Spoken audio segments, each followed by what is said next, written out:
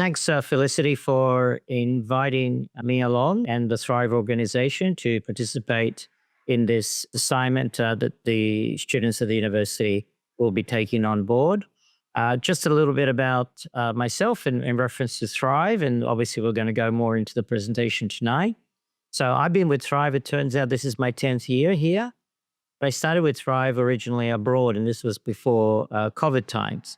And my background in terms of my doctorate and my expertise is in the field of measuring impact and providing forward guidance. So once you know what's going on, what should we do next is the question. And that's the area that a lot of my research is about. We have a wonderful team at Thrive that does this professionally, looking at all the various aspects of society and the environment, and works quite hard at coming up with solutions. So knowing the sciences, what is it that we actually ought to do to move towards a thrivable future? And more on this this evening. So you can ask more questions about that later. There'll be a Q&A, and I'm sure Felicity will make a lot of our materials available. Most of our content is available freely on our website, so you could go there and have a look further. As I said, more information about this a little later. So just turning to the slides, tonight we're going to talk about the Thrive framework, which is a unique piece of science that informs the status of the world as we find it, and how it can be a catalyst for change, how we can go about improving the very society and environmental circumstances we find ourselves in. All right, so let's get started. So firstly, why thrivability matters. So yeah, what's the problem here? What are we trying to solve? And as I'm famously known for saying, humankind has been not so kind to humans, nor its fellow kind, meaning that all of the actions that we take are actually to the detriment of the very ecosystem that supports us. I often would say, we're running here the world's greatest experiment. Can we actually exterminate ourselves? And how quickly can we do so? So it is a really pressing issue, or issues that we're actually confronting. And again, how do we go about resolving these issues, getting ourselves out of the mess that we find ourselves in? As we know, a lot of these issues are brought on by what we call the Anthropocene, which means they are man-made, they're brought on, or human-made. They're brought on by us as individuals. Thrive Project's vision is a future where all life thrives in harmony through everyday thrivable practices. So this is a proactive effort. This is actually taking actions for the better. And we have some very useful comparisons we can make with, for example, nature. Nature is very efficient and very effective at what it does. There's a whole science around what we call biomimicry, how we can actually copy from the best, Mother Nature. So let's start with a key point of difference. You probably heard the word sustainability, or we call it the S word at Thrive, being thrown around a fair bit. Really, there's a very big point of distinction between sustainability and thrivability. So sustainability is about achieving net zero. And for many of us, you might have seen people at companies walking around with T-shirts with big zero on the back of them, etc., espousing how they're going to get to net zero by 2050, 2045, 2035, 2030, etc. So this is the target date by which they expect to achieve net zero. So their impact on the environment will be such that it zero out, this break-even point. Our aim at Thrive is around thrivability. And there's not many of us organizations that are looking at thrivability. Most organizations, as I said earlier, will talk about the S word. At Thrive, we talk about thrivability, and thrivability is about net positive. So we currently find ourselves net negative. Sustainable would be net positive. Sustainable will be net zero, and then thrivable would be net positive. So if we look at this diagram here, we enter on the top left as unsustainable. That's the current state of affairs, business as usual. We're finding ourselves in a world which is unsustainable by the mere fact that we are actually not doing what we need to do to actually be able to regenerate and keep ourselves afloat. And if we follow this, and I might just move, let's say, to a laser here, we follow this line along, we come down from the left around a few curves. Here, as I said, we're net negative. This is where we're at. And then go around here, we get to sustainable, which will be the second step, net zero. This is what many organizations and governments and NGOs are aspiring to help us get that. And if you continue on, you actually will come around another curve and you'll get to net zero. And this is the home run here, to be thrivable, moving into the future. And if I had to ask a question to those in the room, where are we at now on this path? We're on our way towards sustainability. So as a society, we're not sustainable, pure and simple as that. And we aspire to get to sustainability, which is that break even, kind of living hand to mouth, day by day, surviving another minute, another day, etc. It's actually a very precarious point to be at. And again, we're famously known for saying that, at that point that is characterizes sustainability, it's actually not sustainable. You cannot sit at that point. This is a point of inflection as such. If you think in mathematical terms, you're actually going through from a negative gradient towards a positive gradient. So we need to certainly get to that point, or we'll go through that point of sustainability, but we need to aspire much further than that, getting to thrivability, getting to net positive, getting to flourishing regenerative future. So our mission here at Thrive is to illuminate the path towards integrating thrivability into the very fabric of society and our planet's environmental ecosystem. So it should be said and done as thrivability. We should not be let's say someone starts a company or government introduces a way of doing business or running the economy, etc. We should not be thinking they are unsustainable or thrivable. Should we do it this way or should we do it that way? It should become a situation where by our actions are such that we always think towards a flourishing future. We're not thinking to do things unsustainably. Some of our courses, for example, are taught in incubators and in master's program. And a lot of young entrepreneurs are studying their business thinking, well, the first thing I've got to do is get a business off the ground, make sure it's financially viable. That's my first priority. But a question would be, as they would say, is it sustainable? We would say, is it thrivable? Is it actually doing things in a way conducive so there is actually a future? Or is it just surviving for the day? Is it just doing things where it's taking from the environment, maybe taking from society, but and generating profits, but that's it. It is not necessarily ensuring that there's a second day, there's a third day, another year, etc. Right? If we take all of the natural resources, we definitely would not be able to do something next. And more on this shortly. So our vision is a world beyond sustainability, where all life forms live in harmony and solidarity with each other. So how Thrive contributes to a better world? Well, one key aspect is research, understanding the actual sciences. So not just what, some government may wish to do or some corporation may like to do, or a community may like to do, but is it actually scientifically informed? Is this actually what we know to be the truth of the situation we find ourselves in? And part of that is then figure out, well, knowing that side of it, what is it that we can do? What are the, do some scenario analysis and figure out what are the possibilities moving forward. Some of those scenarios may lead to a better outcome. Many may lead to a worse outcome. So, figuring out which is the best path forward.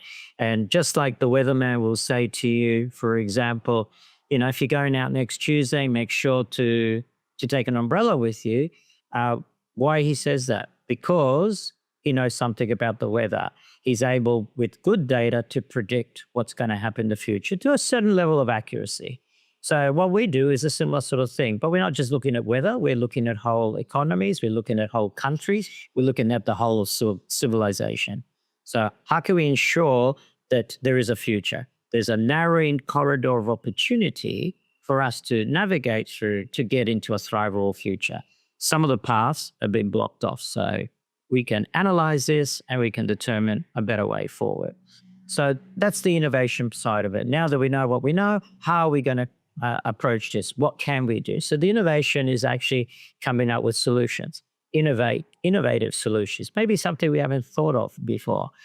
Maybe something that's been applied in a different field of science can be adapted in this field. So working towards innovating towards a better future. And another piece of the puzzle is collaboration. So typically in most environments, we see companies competing with one another for different products and services for market share, right?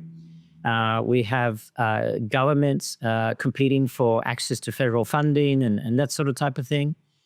And we also have individuals. I mean, people working in a company, maybe several desks apart that are competing with one another for promotions. Maybe they're competing with their boss, etc.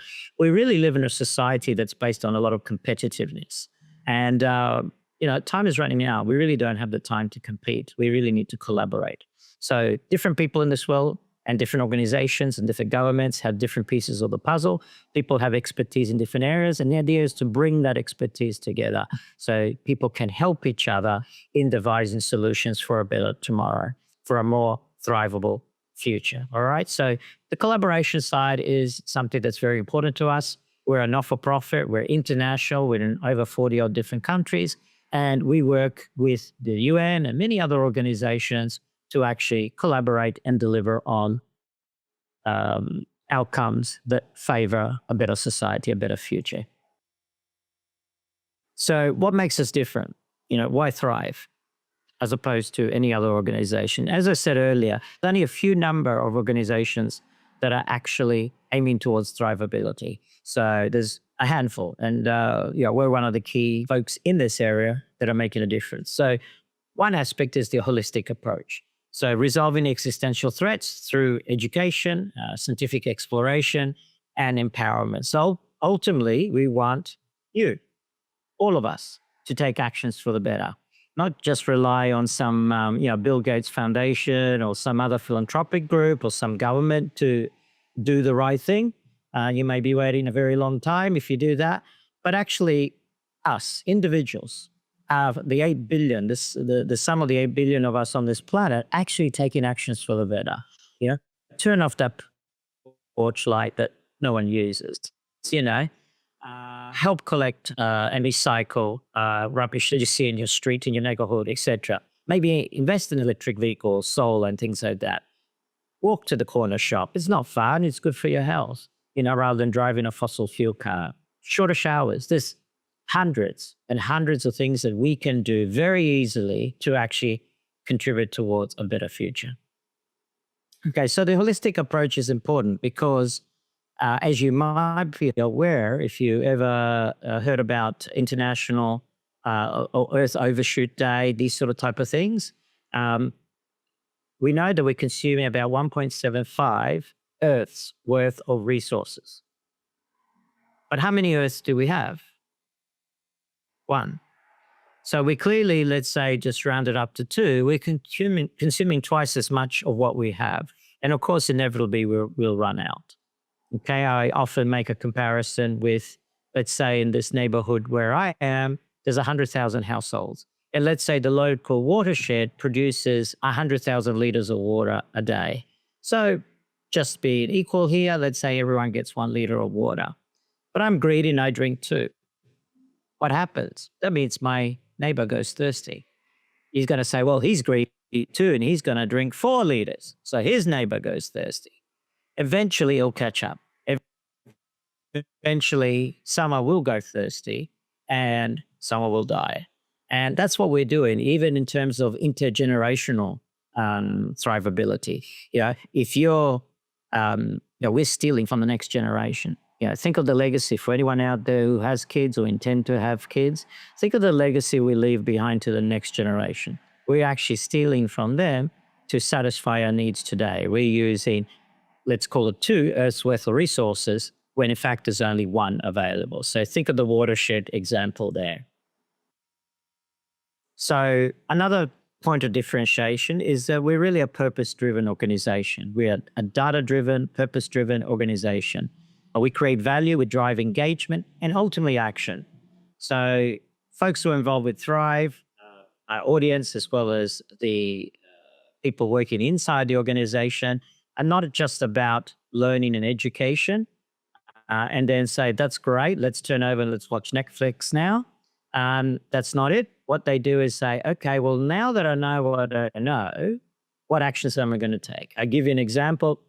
5 million kids every year under the age of 5 die because of hunger, starvation.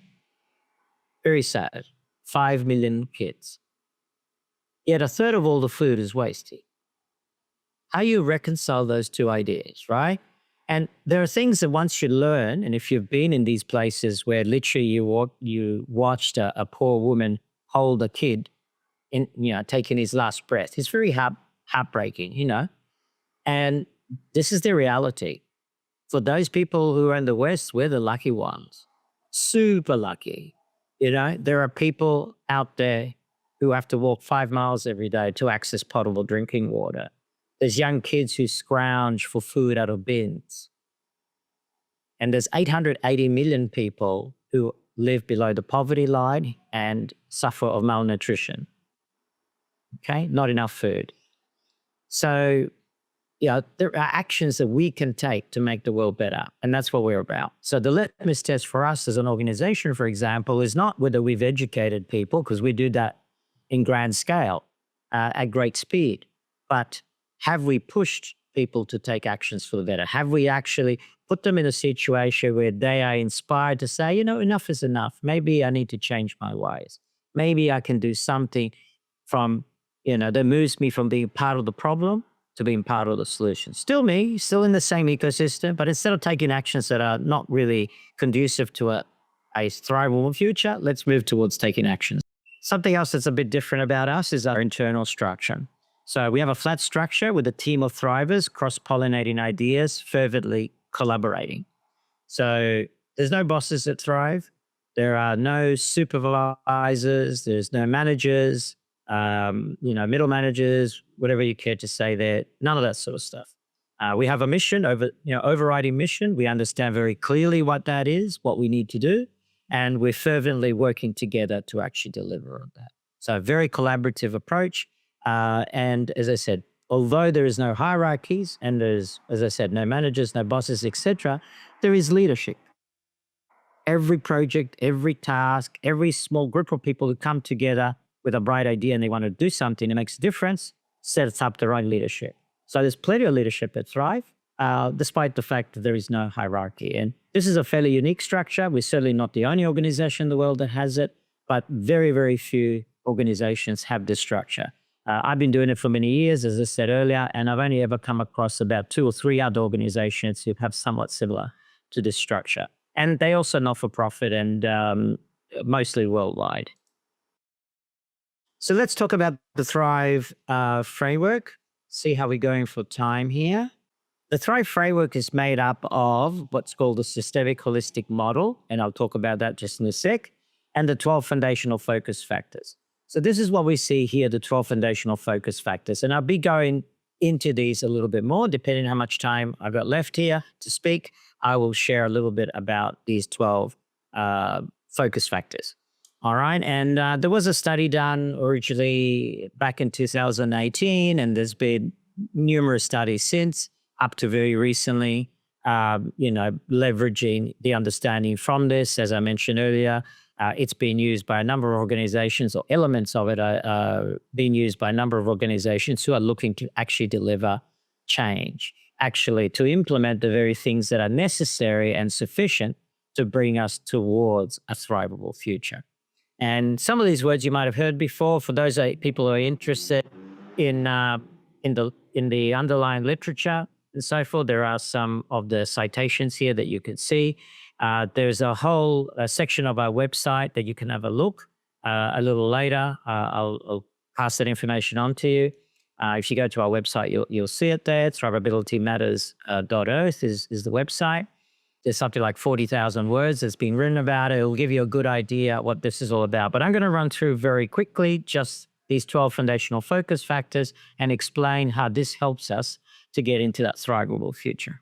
So this is what we call the systemic holistic model, which is about modeling the world It's about using a number of latest, technology and best practice, and using what's called predictive analytics. So a lot of the times when you hear about AI, they're talking about generative AI, which is basically say, look, I've got this idea in the head of a mouse eating a cat.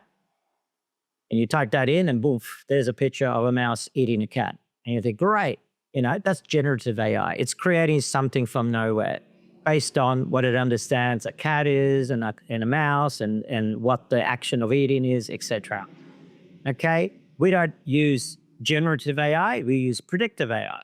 So we're more in line with the weatherman telling you to use an umbrella when you go out next Tuesday. That's what we're doing with this. Okay, there are other aspects like blockchain technology, cloud computing, other aspects that come into it. But suffice to say is that predictive AI is about helping us, guiding us from a scientific basis towards a thrivable future. So we have top left quadrant called significance. Top right, let me get this out again. This is the significance quadrant. We have the top right, we have this one, which is scale. Then we have bottom right, which is scope. And then lastly, shift, the bottom left. Okay, I'm going to go through these individually so you'll have a better understanding about it. But this systemic holistic model provides the basis for what we call thrivable transformation. As I said earlier, what are we going to do to get ourselves out of the mess we find ourselves in? All right.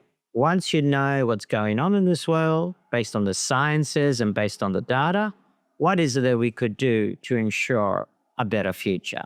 And if you and I set out on a voyage from some fixed point in the world to a second point in the world, you would do the same. You wouldn't just say, okay, let's just go this way.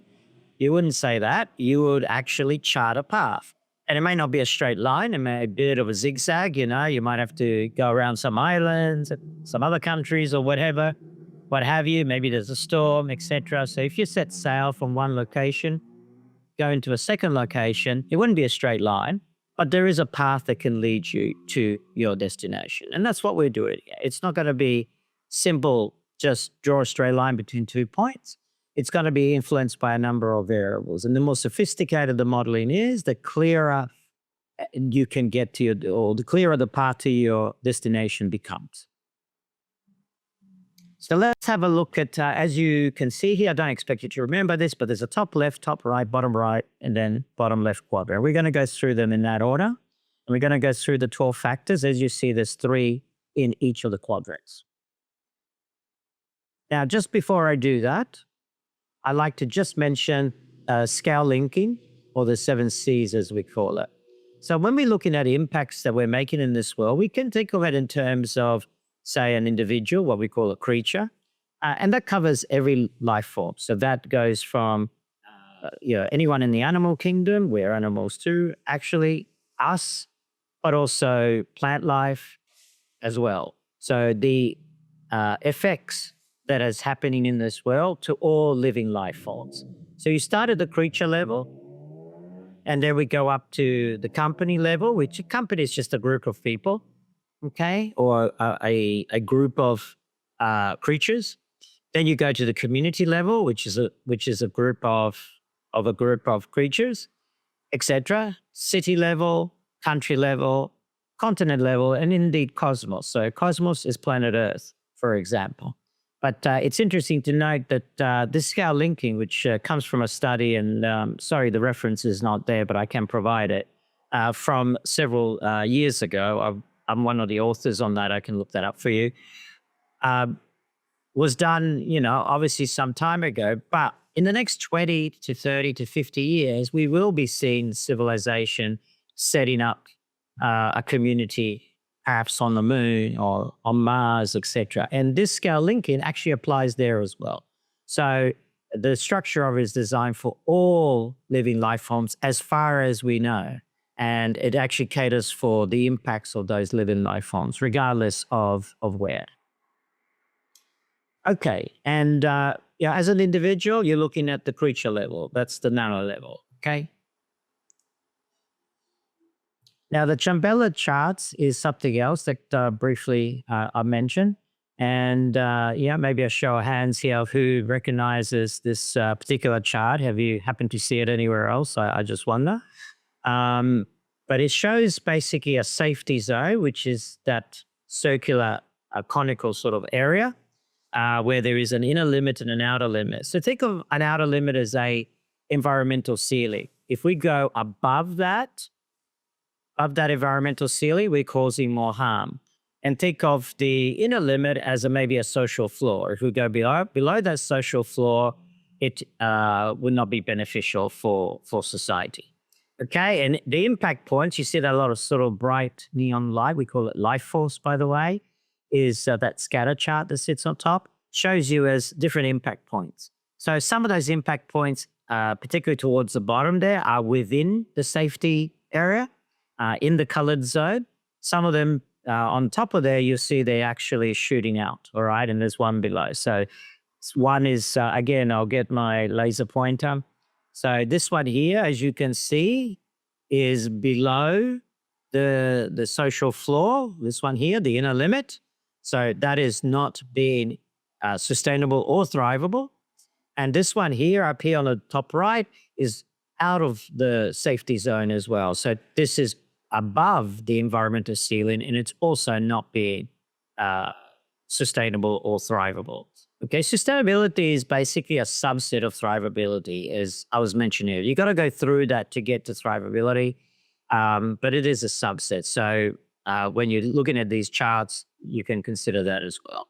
And here in the middle, there's a Thrivability Performance Index. It's above 1, which tells me this is actually not thrivable, not sustainable, and not thrivable. And I won't go into much more about this. There's more information about this on our website. There's details about allocation that you see on the bottom right there. And on the left, there's just a stylized version of the app, but there is an app as well for this. But this Chumbella chart is a chart that you can immediately at a glance look at and say, yep, this entity that has this chart that pertains to it is actually doing good or not doing good. And this is very helpful. Wouldn't you like to know if when you go to the corner store and you're about to buy something, whether you're doing good or bad? Are you buying from, let's say, a product or from an organization that's actually doing positive things? Or are you buying from one that's actually maybe not? And, we have the answers for that because we've analyzed that sort of information. Again, beyond the scope of tonight, but just to give you an idea about the AI we use, the predictive AI, it has a certain level of accuracy. And, we use that to actually chart the path forward. Okay. And we use publicly available data to actually do this sort of analysis. So we don't create the data, we analyze the data, and the data comes from third-party audited statements, things like financial reports, sustainability reports, from World Health Organization, from notable authoritative sources. So that's what we do. We use that data, we do the analysis, and then we chart the way forward. So let's go through these 4 quadrants. As I mentioned a little earlier, we'll start with significance. And as I said, beyond the scope to go into any sort of level of detail, but just to give you an idea. So here we're looking to address certain concerns and what the consequences are if we die. So what is significant? Assess the relevance and the interdependence of different type of resources. So any resource that we assess does not just stand on its own. It probably interacts or it's interwoven with other aspects, right? And based on those interactions, we need to figure out what is actually going on. So what matters? What matters most, as we would ask, right? So we need to focus on what is significant and relevant. So for example, a mining company that reports on their annual report, a lot of the examples that we use would be of companies, but as I said, it applies at different scale link levels. But let's say a company that's in mining and reports that it, we only had 10 deaths in our mining department last year in the mining side of our organization. We only had 10 deaths, down from 25 the year before. Is that an improvement? Most people will say, well, that's going in the right direction. But Is it good enough? Is that acceptable? As a society, we might turn around and say, 0 is what is acceptable. 10 is not acceptable. So with all impacts that we're having on the world, there's an issue around, is it significant? So some things are more significant than others. And often you find in these cases when they report, let's say 10 deaths, what they may not report is there were 1,000 injuries, So there are people that survived, but, there are people that didn't make it out of perhaps, what happened there. So, what is acceptable for society? What's the safety level that's acceptable for the mining industry in this case? There are a lot of cases in some industry where people have been abused. We did a study, for example, the seafood industry, people out at sea that had their passports taken, etc. That were forced to work and forced to do a type of work that perhaps they wouldn't otherwise have done, etc. So there's lots of different things that are happening. These are just simple examples of social injustice, but there are a lot of things that are happening in this world which is not conducive towards a better future. So just coming back to the definition, then we will look at what's important, what we allow organizations to do, how they manage their risk, how they, the environmental impact, governance actions that they take and failures in taking certain actions, and any sort of other regulatory sort of compliance as well. Another thing to consider is what's called in the significance quadrant is multi-capital. Now, mostly organizations value a monetary assignment of their value, right? They look at monetizing, we say, converting everything to a monetary value. So that includes things such as goodwill, for example, as well as the infrastructure, resources, etc.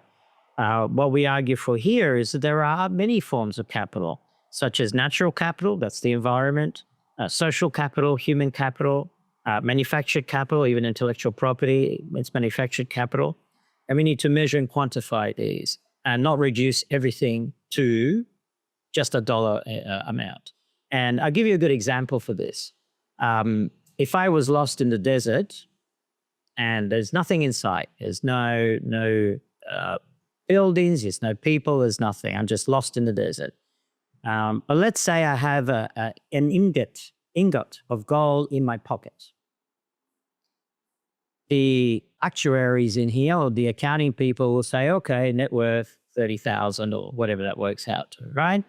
They would actually give me a value, and it might be a decent sort of value because of this ingot of gold. But the reality is I may not survive a day or 2 days in the desert like that, would I? What I really need is a bucket of water. And this is why monetization does not work, because what happens is an organization or a government would take all of its assets, convert everything to a monetary amount, add it all up and say, here, this company is worth 100 million, okay? Which is a financial figure. But the reality is certain things that they actually need in order to prosper may be missing. And if they're not there, it doesn't matter what dollar figure you put on it, that company will not prosper, or that government will not prosper, okay? Or that continent or that part of the world, that region will not prosper, okay? So we do need to look at the individual capitals and what level they're at, okay? Because some of the capitals are essential. Some of the capitals are in scarce supply, okay? Or finite, as we'll get to shortly. It's important to help in this example businesses to understand this, be transparent about it, work with all their stakeholders and the like. The third element of significance is integral thinking. And I kind of alluded to this a little bit earlier, promoting the focus on a green and inclusive economy, understanding that interconnection between the different aspects. That's an important one. So, once you understand how things are interrelated and there's compromise to be had there, tensions and compromise. As I said earlier, 1.7 Earths, but we've only got one. So somehow there's some level of where, as I say, compromise and sacrifice that has to be had in order to move forward. So considering how those actions impact the rest of society. I'll move to the scale quadrant, just conscious of time, moving ahead here. So this is a top right quadrant. There's was 3 elements in there as well. So this quadrant is about assessing threats and then management needs, evaluating non-renewable resources. So many resources in the world are finite, but some of them are renewable, like say, wood from trees. But if you're culling trees faster than it can grow again, it's not going to be regenerative. You need to be able to replace it with the same and more of what you've culled down. And promotes the need for understanding issues in an organic way and not perceive them in isolation. So there's a lot of great companies in the world that are working on what we call a vertical. So this is an organization that's concentrating on climate change or feeding the homeless or saving endangered species. They do terrific work. They've been around for a very long time, but they concentrate on a vertical. So largely the impacts outside of that vertical, they don't look at because it's not relevant to them. And this can be a problem because there can be issues of double counting. There can be issues of not really understanding the effects of a particular action. And if you want examples of that, you can ask me in the Q&A and I can give you some practical examples. Finite resources, I alluded to a little bit earlier. We live in a world with finite natural resources. We don't have unlimited of everything. We may have consumed a reasonable amount and there's a fair more to go. So you can think of, say, lithium in the ground for battery storage technology, and that's great. But lithium will run out. There is a finite amount of lithium. There'll come a time there'll be no more lithium in the ground. And, some people will say, oh, humankind is smart. We'll invent a different battery chemistry that doesn't require lithium. Maybe so, but maybe not. We don't know yet. So I wouldn't be counting our chickens, as they say, as before they hatch, right? I wouldn't be counting them in. Let's wait and see before we assume that we'll have that. So a lot of solutions in this world by governments, for example, are based on technologies that we don't actually have yet. They talk about, oh, let's do this, and over the next 20 years, this is what will happen. Yes. Presumably, if plans go exactly as you decided, but we don't have that yet. So don't start counting as if you have what you can do with it, because that will be in 20 years from now. It's like culling down a tree. People say, I can replace it. What are you going to replace it with? You're going to replace it with a seed, and in 20 years' time, you'll have the tree again. But you're not replacing a tree for a tree. You're replacing a tree with a seed. Anyhow, that's a whole discussion in its own right about that one. Importance are vital as human activity heavily impacts Earth's ecosystem. Science-based target. Well, we want to be informed by the sciences. We don't want to just, let's see which way the breeze go. Let's make a few figures up. Let's just assume. We're actually very fortunate. There is quite a lot of data that's been gathered over many years. We've learned a lot about things. We know a lot of the science of how things work. Do we know everything? No. There are things we don't know, but we do know a hell of a lot. This is why some industries such as renewable energy are doing quite well, because there is a lot of science to back the understanding of what goes there. So, for example, combating climate change, a lot of governments have started to take that on board. There is one notable government that has not. We won't talk about them. But, many governments have started to actually look at embedding in the Constitution, by law, climate change actions. And actually, we've been a party to some of these organizations where we work together, collaborate to change law in certain countries. And when we do that, of course, we impact, millions, hundreds of millions. Okay, hard work, not easy, but it's definitely worthwhile there. So, guiding entities to cut emissions with a clear science-based framework, and again, beyond the scope of tonight, but there are many of these available. Context-based metrics, I kind of spoke about this before when I talked about 100,000 liters a day out of a watershed, 100,000 houses, etc. You cannot drink 6 liters from a 4-liter bucket, right? You can only use what's there. So context-based is a really important thing that it's often missed. You'll see a lot of reporting that provides a nominal figure. This is what we've used, and say, oh, that's sustainable or that's thrivable. How do you come to that conclusion? You need a denominator. You need a ratio. You need to say, well, this is what we've used out of this is what's available. Because if you just put in a nominal figure, like a numerator figure, you're not actually in any way explaining what your impact is. All you're providing is, as I said, a nominal figure. Is that good enough? Maybe, but maybe not. And often it's not. That's the real answer. Again, I won't go into all the details here. Let's go to scope. So this is the third bottom right quadrant in the systemic holistic model. So this recognizes the diverse range of context-based threats which are ever changing. We need strong approaches and a holistic perspective. So we can't just look at something in isolation. Everything operates within its ecosystem, and then that operates within its ecosystem, etc. All right? And so forth, of course. So one of the things to look at is what's called strong sustainability. So most of the times when you hear the talk around sustainability out there by many companies, often it's about what we call weak sustainability. That's the proper term for it. You can look this up and there's some reference sources for that. But mostly, yeah, the thought is around what we call weak sustainability. This comes back to the idea that if I'm lost in the desert with an ingot of gold and there's no one around, that somehow I can magically go like this and it transforms into a bucket of water. Weak sustainability assumes just that. It assumes that you can change anything to anything else. And, you know, as I said, humankind is smart and, you know, we'll devise an answer even though we don't have one right now. And let's just assume we have the answer. Let's carry on. I think the time to assume an answer is when the answer proves to be accurate and correct. So before we talk about, you know, carbon capture and storage systems that work on a suburb scale, let's see that being delivered in action.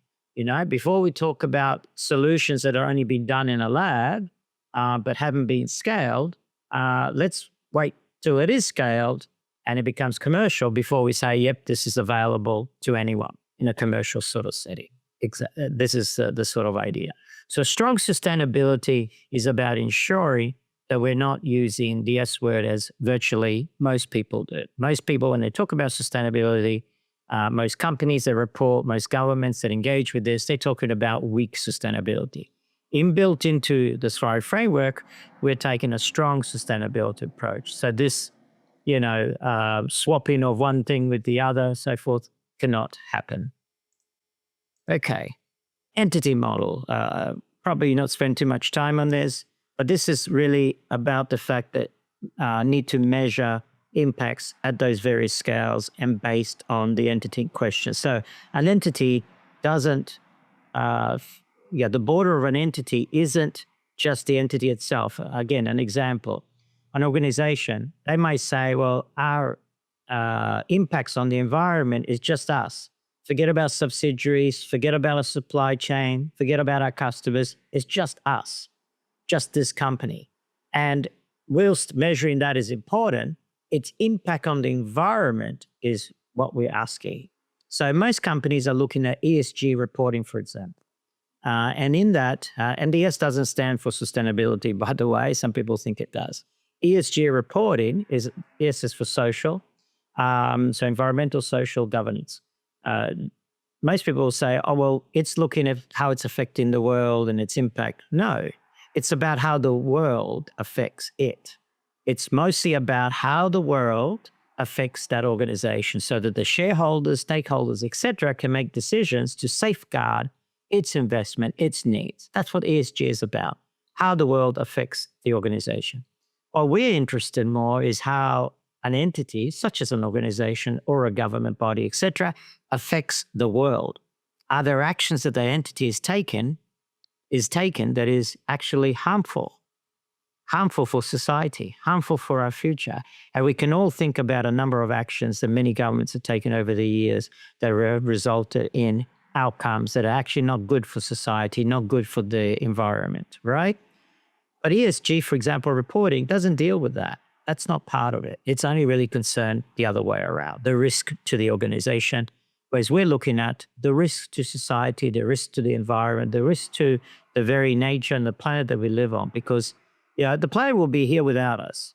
If we exterminate ourselves, and it's likely, it's on the agenda, and it wouldn't be the first time that some entity is exterminate itself. We already entered the sixth mass extinction. You might have heard of the dinosaurs previously, right? So it wouldn't be the first time what's called an ELE, which is a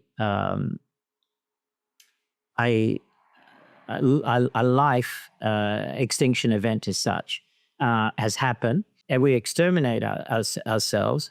If that occurs, the planet will still be here. We're just like a little ant, right? It's just like, okay, never mind, we'll carry on.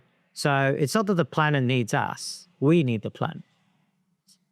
So just coming back to this entity model, it's in reference to that.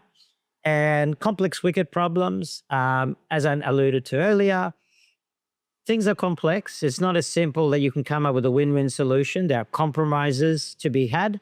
There are sacrifices between different options, and complex wicked problems addresses this. And we use the latest in AI and machine learning, etc., with the predictive analytics to figure out what's the solution moving forward. What would be a good compromise to reduce the harm? So we come to the last quadrant, which is shift.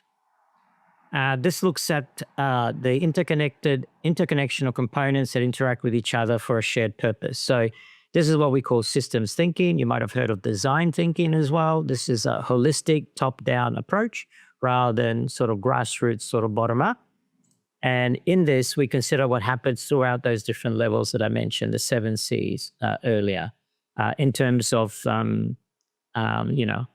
impacts within society. And in this case, we're talking, say, planet Earth.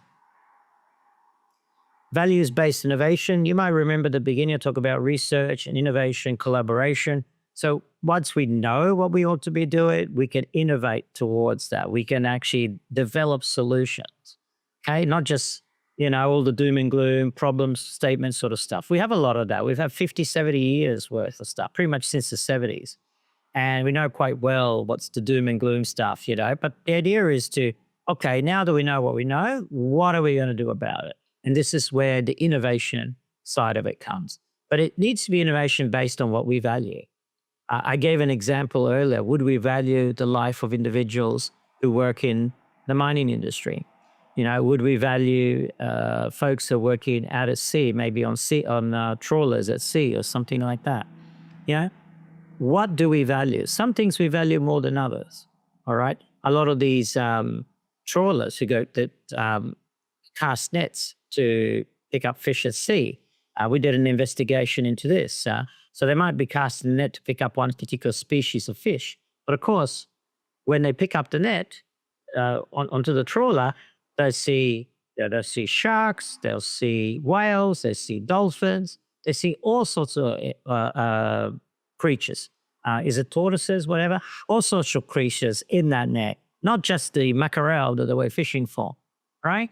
So a lot of harm is being done in some of these industries as part of them doing their normal work, okay? CO2 emissions, obviously, reducing transportation, where products are being shipped all over the world just for our pleasure, our satisfaction. You buy a fruit, it's in 3 levels of plastic on a plastic tray, and it came from halfway around the world.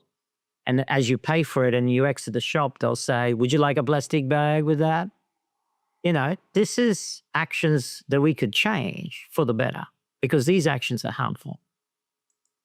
So value-based innovation, what do we value?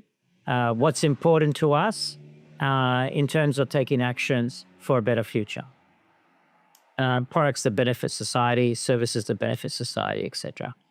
And lastly, I'll come to regenerative economy. So we talked earlier about being unsustainable and moving past and through sustainability and going towards thrivability. That's about flourishing. That's about regeneration. That's about how can we use products and services? How can we take actions that ensures we actually being regenerative? And a good example of this is Mother Nature. When you look at Mother Nature, it has no waste, it has a full cycle of all of its nutrients and all of the materials that it absorbs and going through the full cycle, it doesn't waste anything. Okay. And it's a complete cycle. It brings it back into harmony to where it started. So we can learn a lot from the environment in that regard. And we should not be damaging the environment in a way that it cannot repair itself. Okay. We're already past 6 or 7 of the 9 planetary boundaries. Okay, and you can look up this research online. There was an update just very recently. So these are boundaries that if you trespass, we cannot go back. So it's like being on a cliff at the edge, and you've gone over the edge. These are boundaries that we've surpassed already. The nitrogen cycle, all of these type of things. And if we do not, ocean acidification is another. If we do not stop our ways of life, we'll continue to go beyond these critical sort of boundaries. We will find ourselves in a situation where humanity might be fighting each other for access to potable drinking water, access to food, crop production will be decimated. And this is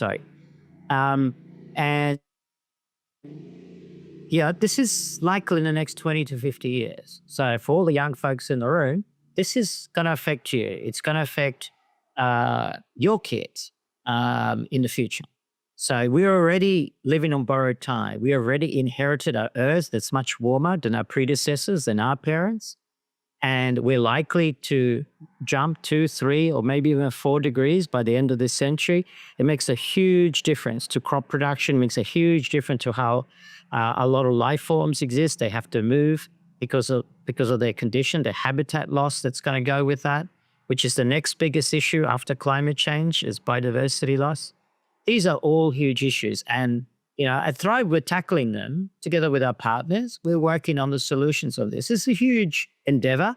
It's always chipping away at the tip of the iceberg, as we say, but this is important to do. So we work on what's called credible, measurable, and implementable transformation mechanism that addresses the current polycrisis. So we live in a world not just with a crisis, but a polycrisis.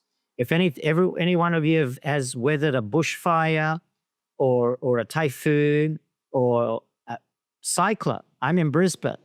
You know what happened here in Brisbane, right? I've just come out of a cyclone. All right. If any of you have ever weathered any of these events, you'll notice that the intensity is going up and the frequency is going up. People talking about, oh, we've had COVID. The last time we had something like this was the Spanish influenza a century ago, right? And the reality is that, we're going to have this again, some other form, not COVID. It'll be something starting with the letter D or whatever, but it won't be another 100 years. It'll be much sooner than that. Less than 50 years, perhaps less than 20 years, right? We don't know yet, right? But we're not prepared. We're not well prepared. So we're looking at moving us beyond sustainability towards thrivability, ensuring the present and future generations can enjoy a sustainable and thrivable future. So just in finishing up here, thanks for everyone's patience here. Probably gone a little over from what I can see, but I hope you find this valuable. So the Thrive Project leads a transformative movement addressing urgent global changes or challenges to build a thriving, sustainable and thriving future. Probably reverse that around there. So that's what we're about. More than just an organization, we're actually really a movement these days. We have people all around the world working with us. We have people who really value the work that we do and the level of professionalism that goes into our investigations, the sort of people that we bring in to really help us understand what's going on. And we share that freely. And ultimately, we're hoping to inspire everyone out there to learn for themselves and make actions for themselves. I think once you learn some of these things, the actions you can take for the better, and some of the atrocities that are happening around the world, you will take actions for the better. If you have a heart, that's what you will do. You will look at it and say, I'm not going to put up with young kids dying halfway across the world. I'm going to do what I can to ensure that less people are in that category, etc. That's it. So thank you for coming along. There's an email address up there if anyone wants to discuss opportunities in terms of collaborating with us. As I say, we're a very collaborative sort of group. We do have people who join us as volunteers. We have others that work with us on co-creation of activities. This presentation here is part of deliberate co-creation with your university and our organization to actually deliver practical information about what's really going on in the industry and inspire you to actually do some good. We're all probably trying, but sometimes we don't know how. But definitely never give up, because we need to take these actions for us to have a future. Otherwise, we may not have a future at all. So I'll stop there. And once again, I thank you for listening in. And if we do have time, we can go to questions. Happy to answer any questions, and also have a look at our website. That's what I would recommend, because there is quite a lot of information there about this.